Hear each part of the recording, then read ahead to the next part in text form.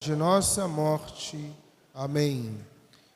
Nossa Senhora do Silêncio, rogai por São nós. José.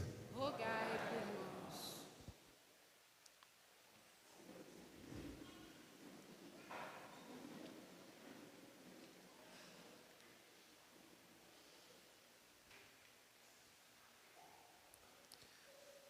Ao passar, Jesus viu um homem cego de nascença.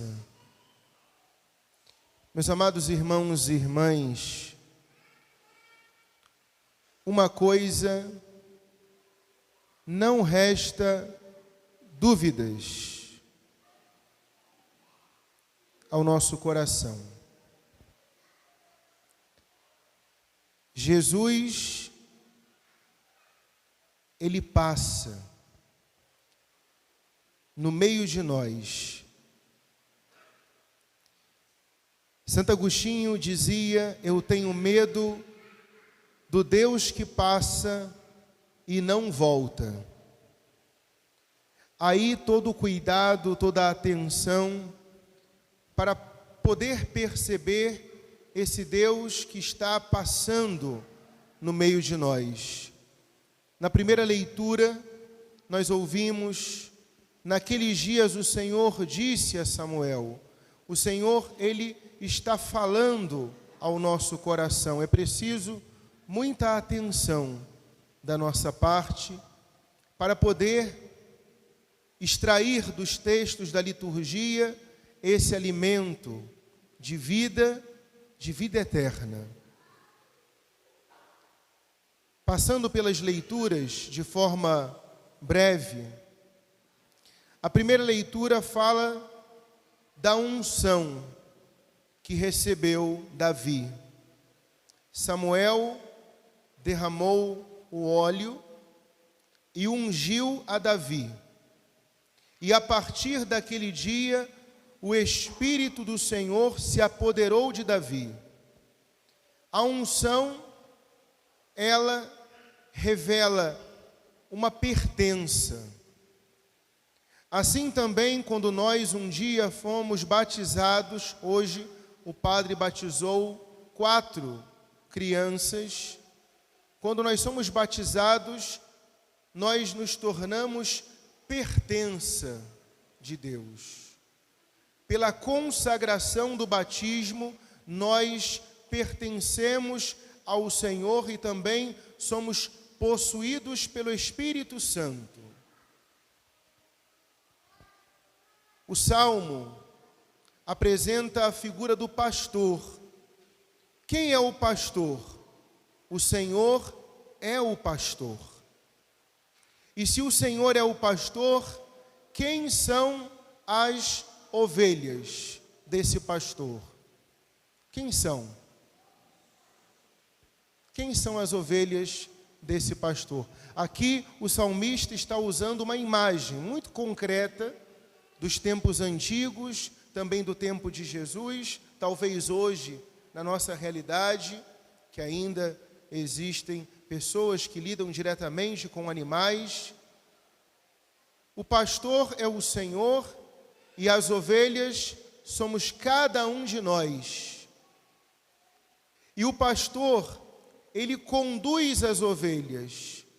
E quando as ovelhas são dóceis, elas permitem que o pastor as conduza, não lhes falta coisa alguma. Só que existem algumas ovelhas no rebanho, existem algumas ovelhas ali daquele grupo que em muitos momentos se extraviam, saem da vista do pastor. Mas aquelas que permanecem, o texto diz: o Senhor é o pastor que me conduz, não me falta coisa alguma. Pelos prados e campinas verdejantes, Ele me leva a descansar. O mundo e as realidades do mundo, e quando digo mundo, não estou falando da criação de Deus, mas estou falando do mundo, é tudo aquilo que se levanta contra Deus, as realidades do pecado, As realidades do mundo, elas tornam o nosso coração cansado. Mas as ovelhas que são dóceis, elas descansam no Senhor. Pelos prados e campinas verdejantes, Ele me leva a descansar. Para as águas repousantes me encaminha e restaura as minhas forças. Para a ovelhinha, os prados e campinas verdejantes são o alimento. E as fontes de água refrescam, trazem alívio. Para as águas repousantes me encaminha e restaura as minhas forças. Mas se a ovelha, ela se extravia, ela passa fome e ela sofre a sede. Ele me guia no caminho mais seguro, pela honra do seu nome. Nós somos ovelhas do Senhor, nós pertencemos ao Senhor. Então Ele nos conduz no caminho seguro. Mesmo que eu passe pelo vale tenebroso, nenhum mal eu temerei, porque quem caminha com Deus não tem o que temer. Se o Senhor é por nós, quem será contra nós? É importante, meus amados, e hoje o Padre nos convida a fazer esse ato de fé nesse pastor que não engana, nesse pastor que nos ama, que nos conduz. Preparais à minha frente uma mesa, e aqui o salmista, que antes falava da ovelhinha, agora ele está falando de pessoas, porque ovelhas não se sentam à mesa. Preparais à minha frente uma mesa, bem à vista do inimigo, com óleo vós ungis-me a cabeça, e o meu cálice transborda. Aqui um dado importante. O pastor de ovelhas, ele costuma ungir a cabeça da ovelha, principalmente essa região da orelha, porque ali muitas moscas entram por aquele orifício e depositam larvas dentro da orelha, podemos assim dizer, da ovelha. E aquelas larvas, elas começam a crescer e começam a se alimentar dos miolos, podemos assim dizer, da ovelha. E a ovelha, ela começa a enlouquecer. Você pode pesquisar na internet. Aqueles vermes começam a comer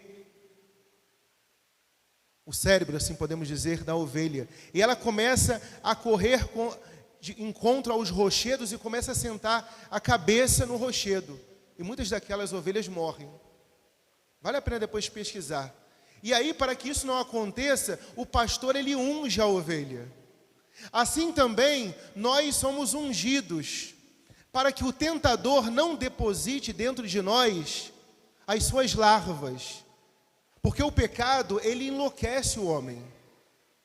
E muitas pessoas, elas se matam por conta do pecado. E por isso o Senhor, Ele vem ungir a nós. Aqui, claro, de forma bem abreviada, para nós não nos estendermos muito, mas a ideia é essa, da unção. Pertença, mas também cuidado. O Senhor, Ele cuida de nós.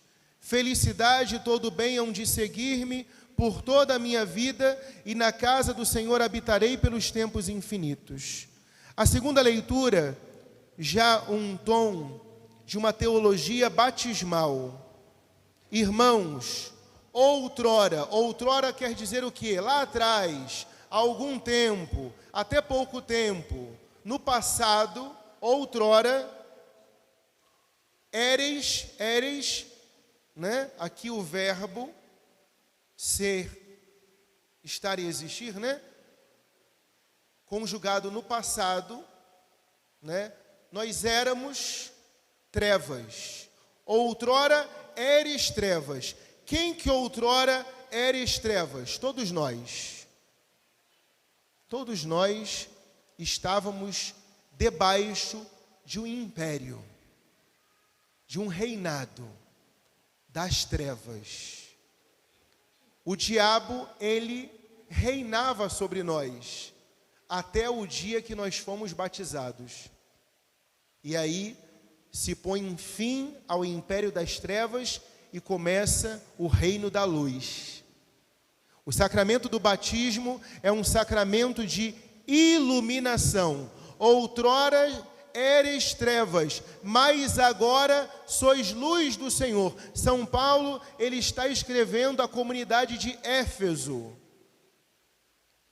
Ele dirige uma carta aos Efésios, aqueles que viviam na comunidade de Éfeso.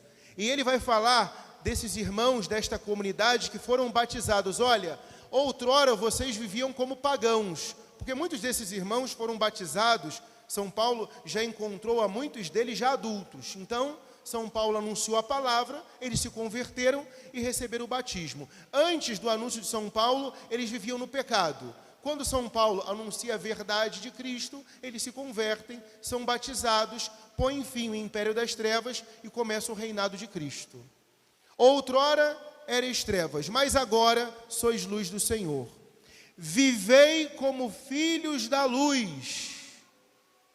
São João vai dizer que nosso Senhor Jesus Cristo é a luz verdadeira. Claro, aqui o autor sagrado está usando também uma imagem, como usamos a imagem do pastor e da ovelha.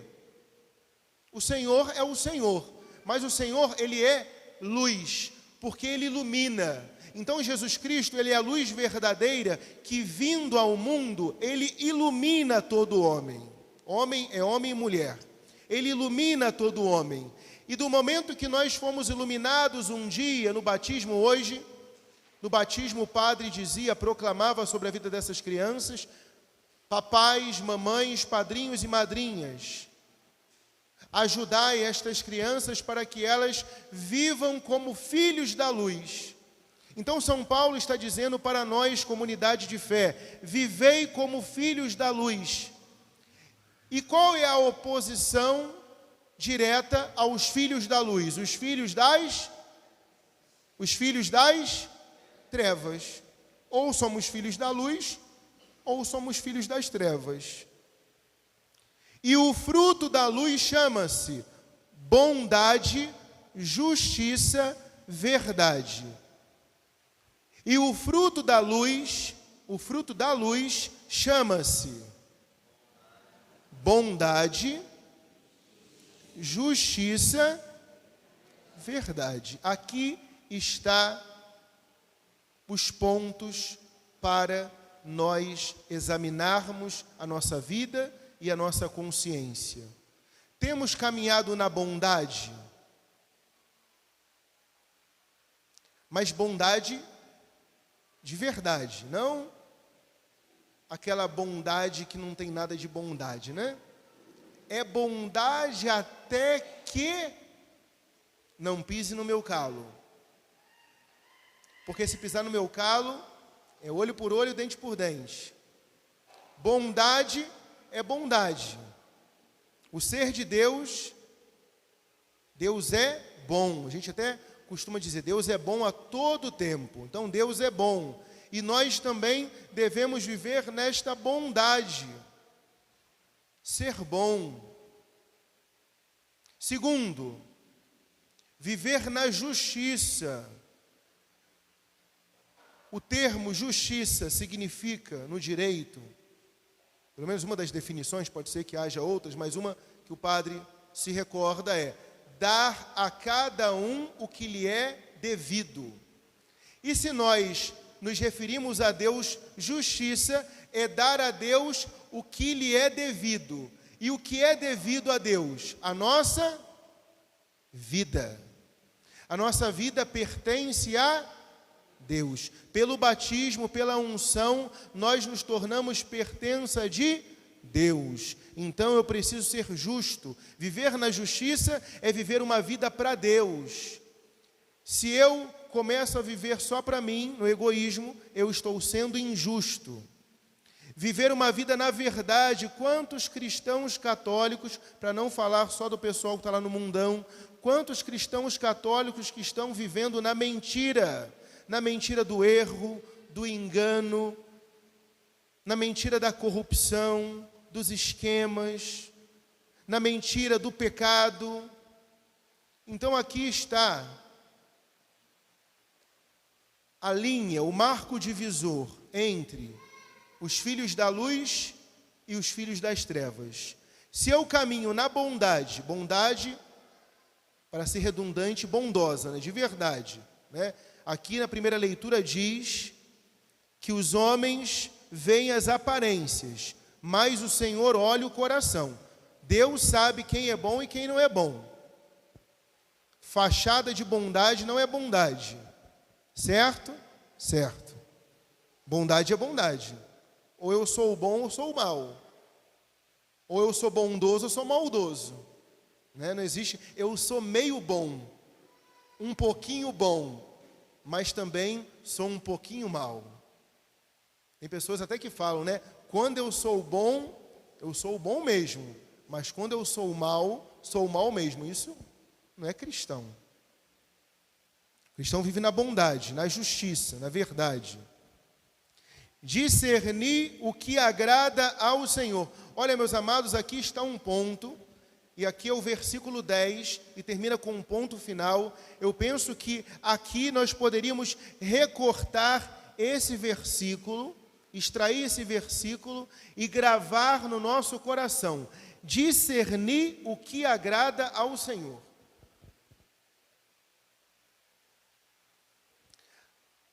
Muitas vezes nós queremos tudo de Deus e somos filhos exigentes.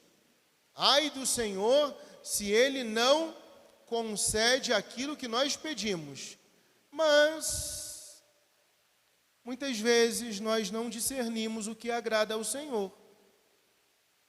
Nós queremos tudo de Deus e quando Deus nos pede um pouquinho, nós já começamos a reclamar, porque Deus está sendo exigente, Deus ele cobra muito, como é que pode se viver assim?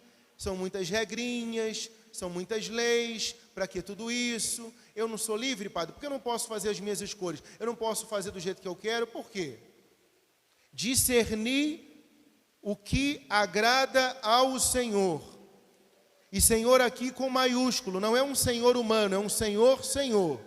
E se Ele é Senhor, se Ele é pastor, nós somos ovelhas. Se Ele é Senhor, nós somos servos. Pastor, ovelhas. Senhor, servos. E o servo faz tudo o que manda o seu Senhor.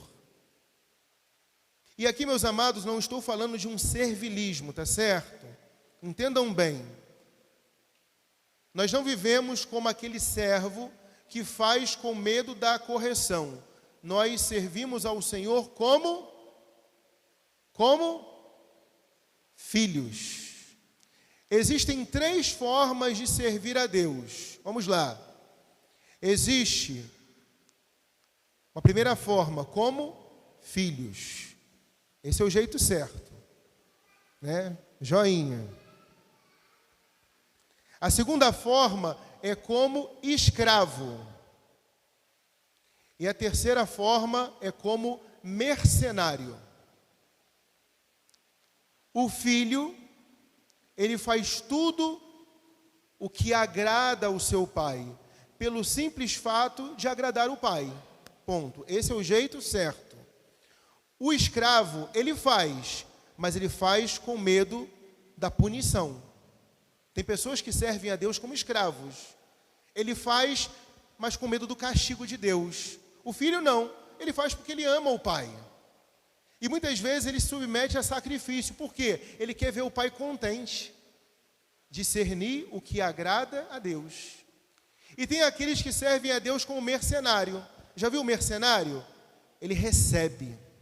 Tem gente que faz para Deus só para receber. Tem gente que vai à igreja só para receber. Não dinheiro, mas graça.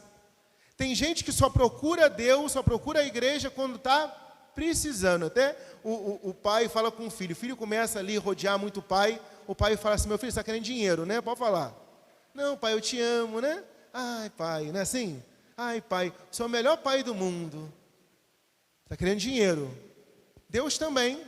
Tem pessoas que só procuram a Deus quando ali olha para a despensa e a despensa vazia. Aí ele corre. Não, não é essa a forma correta de servir a Deus. Nem como mercenário, nem como escravo, mas sim como filho. E por fim, meus amados, até gostaria de trazer mais pontos para a nossa reflexão. O Evangelho fala daquele cego que foi curado por Jesus, é a imagem do nosso batismo, porque antes do batismo nós estávamos cegos, porque estávamos envoltos em trevas e Cristo nos iluminou. Então começamos uma vida nova e São Paulo na segunda leitura vai dizer: desperta, tu que dormes, levanta-te dentre os mortos e Cristo te iluminará. A cada Santa Missa nós somos iluminados pela palavra de Deus. E que bom quando nós nos permitimos iluminar. Existe um canto que cantamos muitas vezes até para iniciar a missa. Deixa a luz do céu, abre bem as portas do teu e deixa a luz do céu entrar. Em nome do Pai, e do Filho, e do Espírito Santo.